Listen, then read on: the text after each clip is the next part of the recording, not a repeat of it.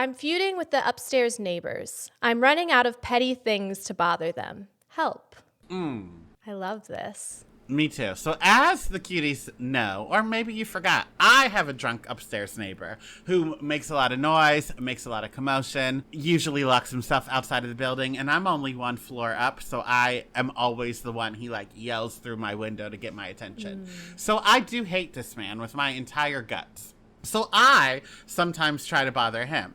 And what I do, my music taste is very specific. So I blast it as loud as I can because it doesn't bother me. And that's the thing you have to do when you're bothering someone upstairs or next door or whatever. You need to bother them, but not you. So sure, you could put on alarm noises, but that's going to make you have a stroke. So put on Ashley Tisdale. Put on Sneaker Night by Vanessa Hudgens on repeat and turn it up as loud as you can.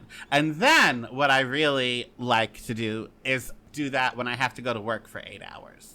Ooh, maybe the same song on a loop. Yeah, exactly. Yeah, like Friday by Rebecca Black. Ooh, over and over and over on a Thursday. It'll drive them crazy. But yeah, I think you bring up a good point, Donnie, because the thing about being petty is you do have to unleash the psychological warfare on the other person while protecting yourself.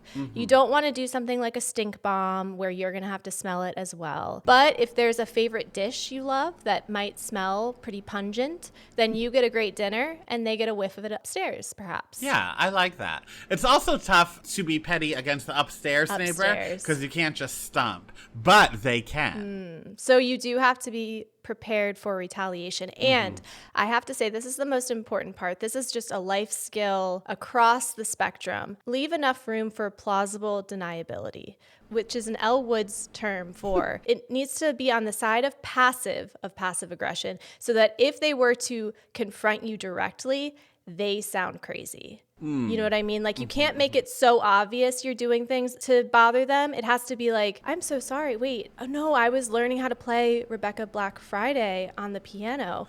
Oh my gosh, that was playing that whole time. My Siri has been going crazy lately. You have to have a plan where they sound petty for confronting you. True. And with that said, they are the upstairs neighbor, so it's easier for them to make noise. So yes, being passive-aggressive is our first go-to. However, if you hate them because they make a lot of noise, they stomp too much, they have sex and the bed squeaks at 3 a.m, whatever the issue is, have you tried just talking to them about it? As a regular human, no upsetness to it.